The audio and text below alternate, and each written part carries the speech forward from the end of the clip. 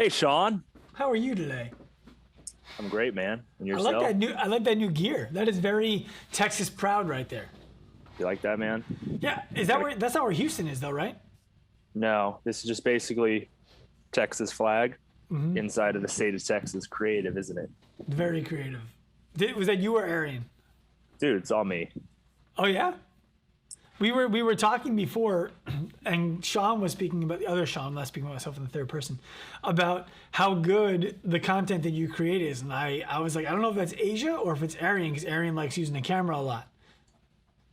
You say it's Yeah, all you? actually, Arian is our photo guy. I do a lot of the video, the low production value video stuff, but Arian, all of our photos, that's all him. They're not low. They're a few steps above low production value. Like I once Yeah. tried to do a reel where I added stuff to the screen, and everybody laughed at me in front of me. It didn't get any views, and I'm like, this isn't happening ever again. Yeah.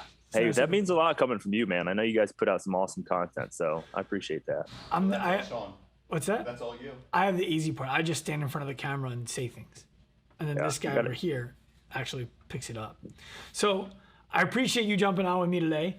I'm kind of happy I get to hog you to myself, and Larry's not here today because he's hiking some mountains or whatever they have in Maine.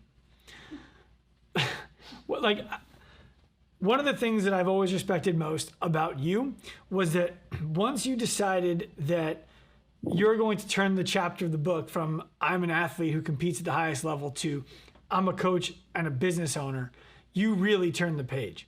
And the part about that I think I respect the most is actually the way that you organize your family. The fact that you're able to it's not like I was all in on being a fitness athlete. Now I'm all in on being a gym owner. I've been out to your house now twice, I believe. Is that right? I think? Yeah, twice. Yep. Not enough. We'll work on it again. All right, now that Kim is not working anymore, we'll make it happen. But I've always been impressed with the way that you're able to put family, put yourself, really take care of the home, and then go and take care of the work in a really meaningful way. And I would love for you to just share some of your mindset on how you do that. Yeah, I think those are all great questions, and I think that it's just commonplace for me. I don't think that there's options for me. It's when I was an athlete, that was kind of what I did, and that's where I put a lot of my investment and my focus. And then when I was done with that, it was kind of the next page, the next chapter. And my biggest focus was making sure that I was taking care of the people around me, whether that was my community at Behemoth or that was my family or my kids, or even our coaching staff, or my brother's part owner of our gym as well. So I want to make sure that he was taken care of as well as his family too. So I don't think that there's an option. There's no option for me to be unsuccessful there. And I think a lot of that is invested in just the energy that I put behind it and the work that I put behind it as well. And so it's a blessing to be able to do what I love to do for a living. And it's just kind of what I do. It's hard to really explain like the mentality behind it. It's just, for me, there are no other options than to give everything that I have into what I'm doing and what I love to do and be successful doing it. Well, how often do you believe that the way that you treat Leah, the way that you parent, bleeds into the way that you coach and the way that you manage staff?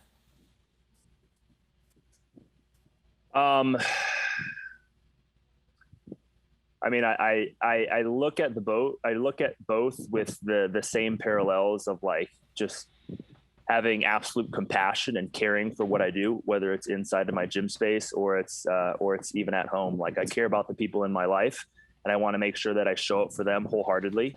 And it doesn't necessarily matter if it's my wife or my children, or even like, people inside of my gym space who I care about helping change the quality of their life through lifestyle-based fitness or whatever we do as far as services go.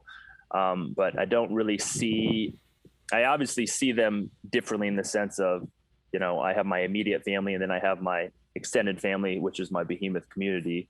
But for me, there's parallels there in the sense of how I treat my immediate family is similar to how I treat my extended family, where I want to give 100% of what I can into making them happy and helping do my part to help change their lives or be a part of their lives.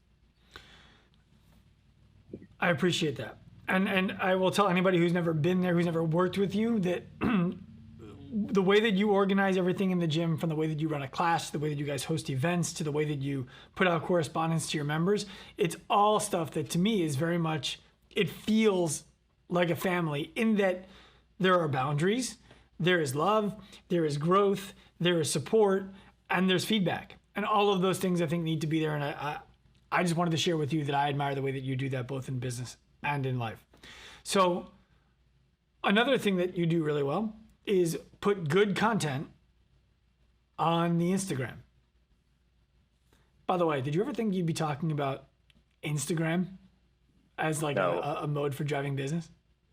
absolutely not. No, this is actually, something that we've worked really hard on doing in the past couple of years. And I think that I've learned a lot from you guys. I've learned a lot from other friends in the industry on creating what we've created. But no, I would have never thought that we'd be talking about social media here today.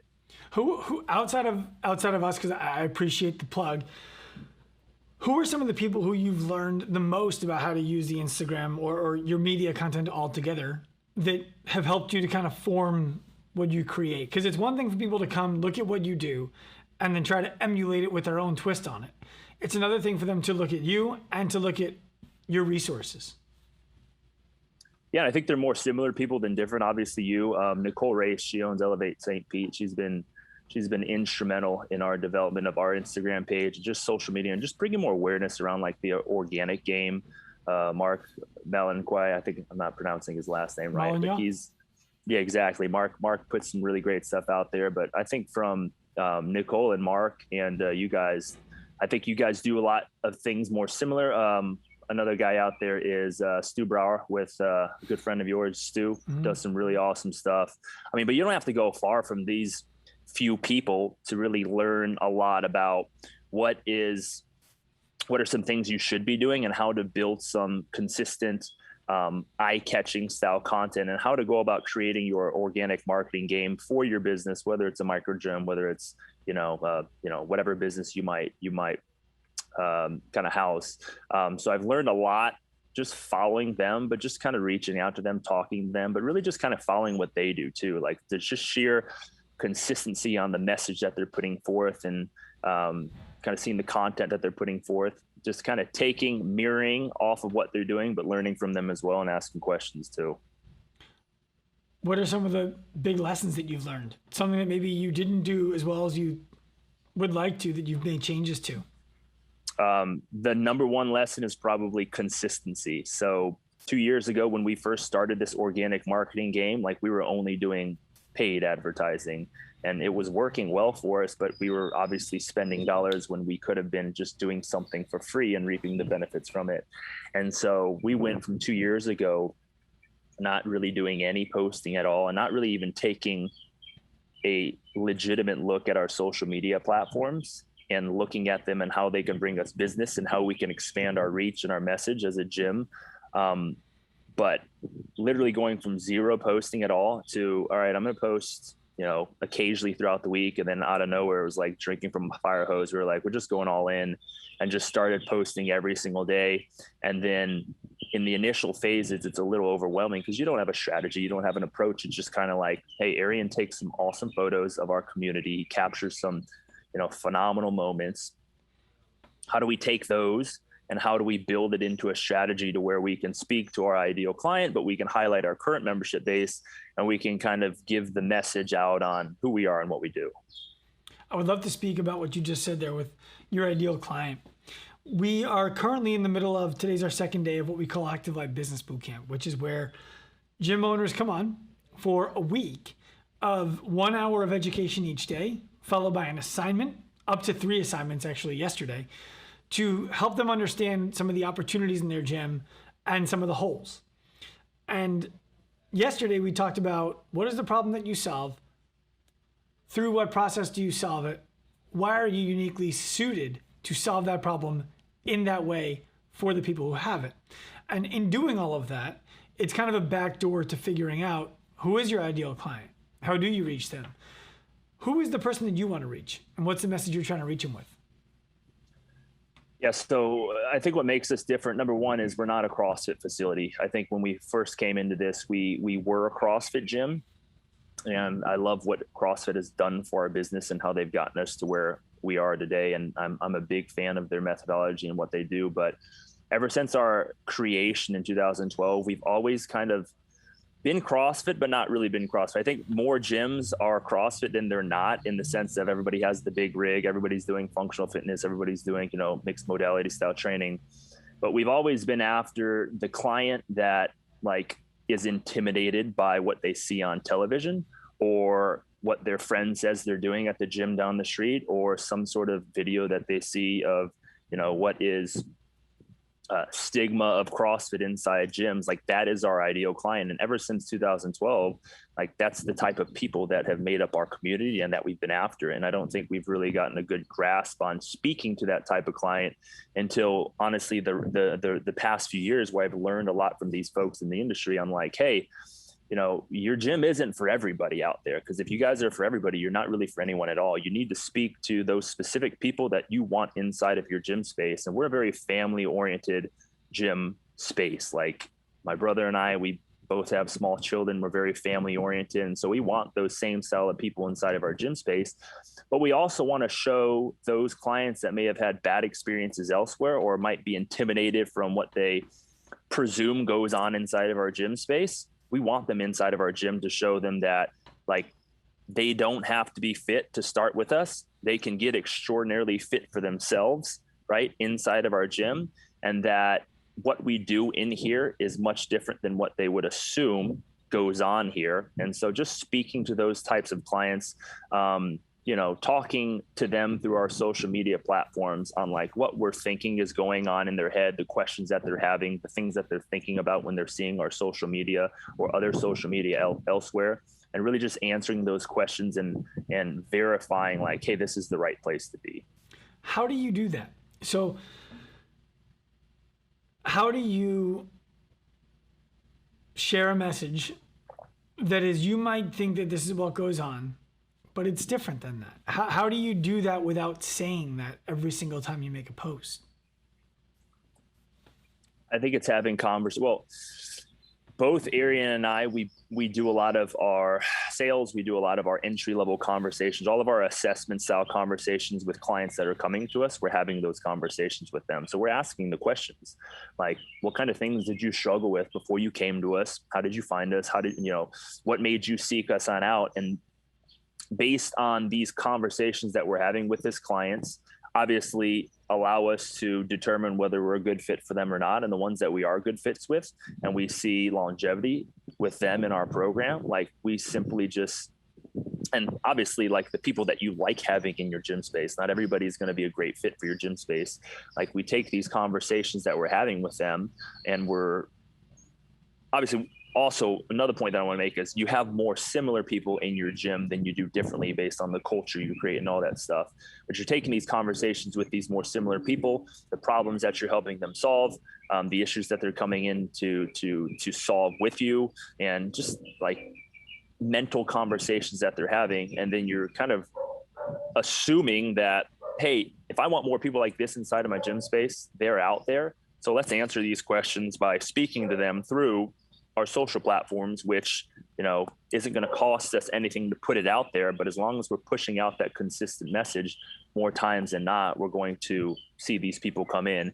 And then I think the other point that I want to make too is like, got to make sure that when they do come in to see you, whether they're coming through a website, a referral, a Facebook post, an Instagram post, whatever, you want to make sure that that message is consistent too. Like, I don't want people to see something on Instagram, then go to our Facebook and they see that I haven't posted in decades, or they go to our website and our website doesn't have a consistent message as what we're talking to them about on our Instagram.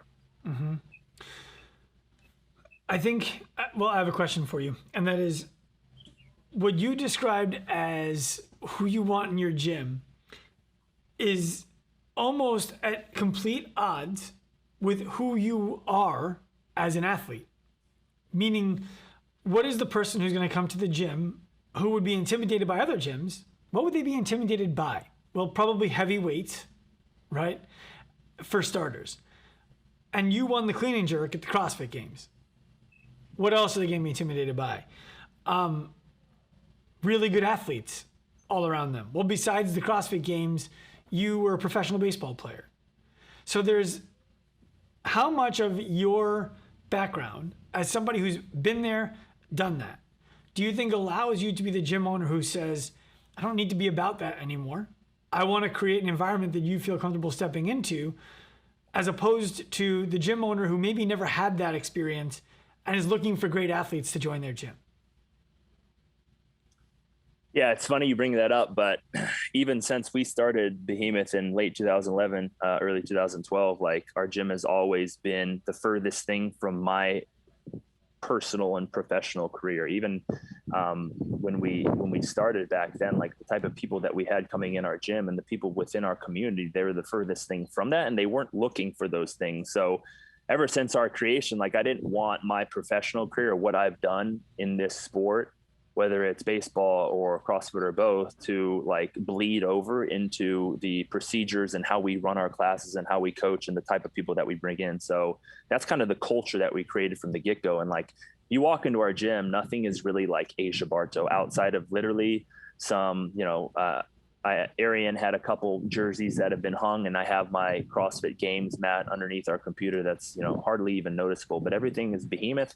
Everything is about our members. We have our members highlighted on the main space in our wall because it's about the people inside of our gym, and it's not about my professional career. And I think that was a culture that we created from the get-go, and it was the furthest thing from the competition side of CrossFit. It was more about, hey, who are the people that are coming inside of our gym space? Let's celebrate them, and let's kind of cultivate a community around that. And what we started to notice early on is like the community that we had access to, it was these type of people. It was the average Jane and Joes, the moms, the dads, the aunts, the uncles, the police officers or the desk jockeys that were coming in to just better their lives. And nobody really cared about swinging from the bar or CrossFit Open or, walking on their hands. And so it really just helped us out too, because that was the vision that we wanted to create.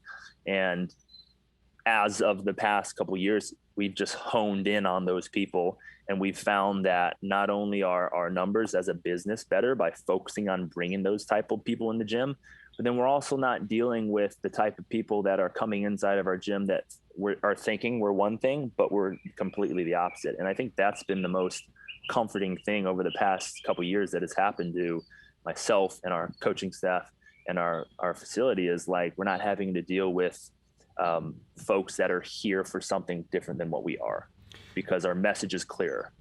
I do want to push back on one thing. There's one more photo of you and Arian that you didn't mention, and that is the two of you holding up the Atlas stone together for Lululemon. Yes. How heavy was that, by the way, that Atlas stone? Or was that like a balloon Atlas stone that was for a prop?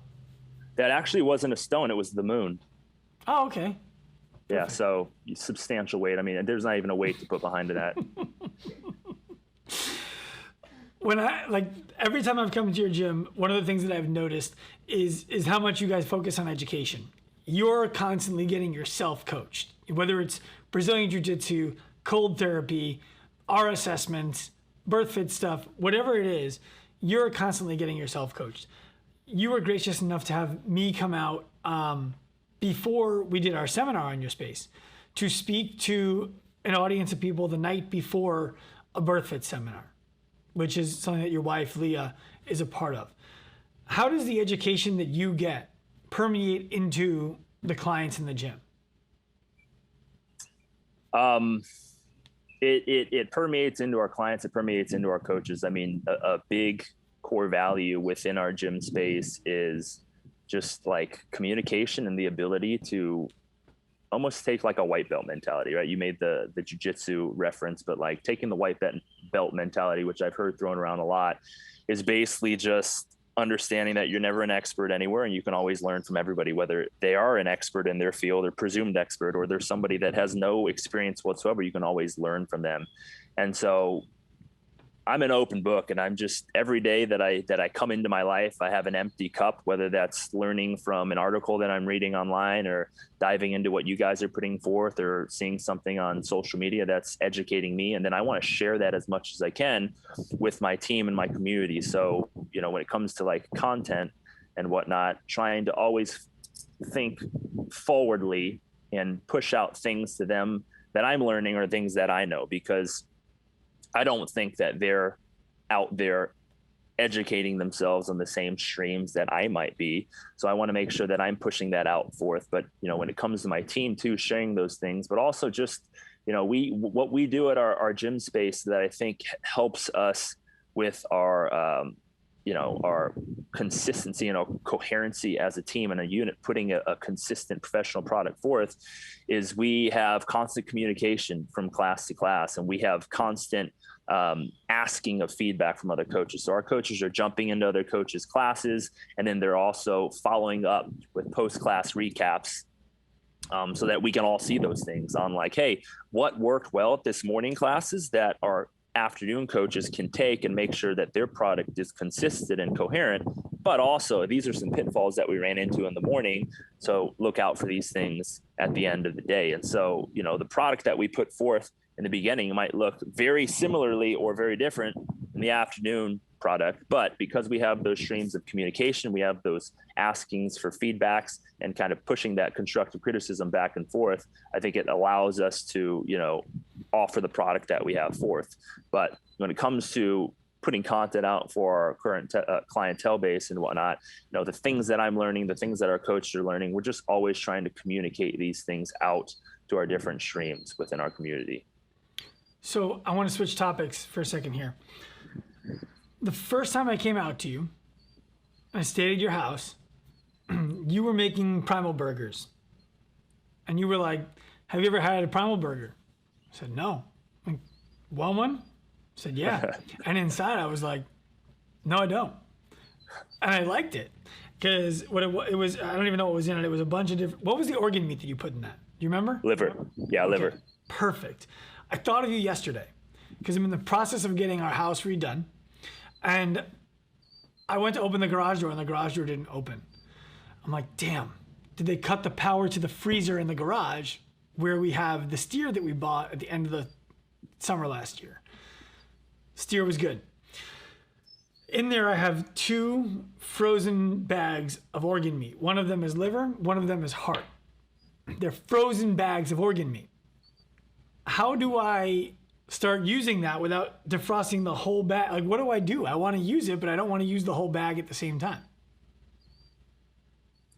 You have to defrost it, but once you defrost it, cut and take what you want and then freeze the rest. So I can thaw and then refreeze? Yeah, you'll be all right. Just as long as it doesn't de-thaw for 24, 48, 72, 3, 4, 5 days. But I mean, the only way that you get access to that is you're going to have to de-thaw it completely. I was thinking about taking it to the butcher and see if you can slide it through one of those bone saws. Yeah, you know what? I'm probably not the best person to ask on that because I'm kind of like a BFI. I eat food that's probably way too sits way too long in the fridge, and I've been known to also de-thaw things for far too long. So I have a very a high tolerance for foods that might not necessarily hold as long as I think they would. So go ask your butcher. He probably knows best, and he's a better source than I am. But I think you'll be all right. My butcher's store just burned down, so it's gonna be a problem. Did it really? Yeah. What happened? What happened? I don't know. What do I think happened? We're recording. Yeah, we're recording. I can assume based off of that answer where you're going with that. Yeah, that would be my guess. I don't know. I can't say for sure. But what I'll do then is I will document the process. I will provide you with the credit for it. And if there has to be, me sitting on a toilet holding a bucket, I'll document that content too, and I'll also provide you with credit for that. You'll be all right, man. I feel like you got an iron gut, Sean. I don't. How you don't? No, I mean, it's maybe like copper. Sensitive system. Copper. Sensitive system. Plugs. Plugs. Anything you want to plug? Anything you got working on right now? I want to plug that I'm proud of you for eating organ meats, man. You started that. I know, man. You've evolved a lot. I love it. I love it. I love it. I love it. I appreciate that. You got to surround yourself with the people you want to be more like. And Yep, look, exactly. that was definitely the first time I'd ever, like, I watched you pull bloody organs out of a bag and then just throw them into the. And I was like, oh, this is gonna be great. It was good though. It was good. Yeah, I got unique ways of taking things that are not very palatable and making them more palatable, especially with my wife. My wife is not a big fan of them. But I feel like organ meats or things that are the most nutrient dense out in the world, they aren't always the most palatable ones. So yeah, you can't blame people for not liking them. You just got to figure out ways to make them more likable. I guess so. I get a heart in there too. We'll see how that goes. I'll just throw it all into the same burger and get after it. I'll shoot you a recipe on the heart. I think you'll be pleasantly surprised at how much better the heart is than the liver. Interesting. Yep. Okay, that's good to know. And we'll get offline. We'll catch up and we'll figure out how we can get back together in person. For sure, man. My wife is on search for the best tacos she can find, and I mean, down the block from your house was definitely one of the best I've had. Oh yeah. Well, we're at a new spot now, and I think we found a little local what do you call it, kind of food truck that's got some better tacos. Nice. All right. Well, Aja, I appreciate you coming on. Your Instagram account is at the bottom of the screen, but the other one for the gym is what? Behemoth Gym, at Behemoth Gym. BEHEMOTHGYM. Yes, sir. Aja Barto, thank you, my friend.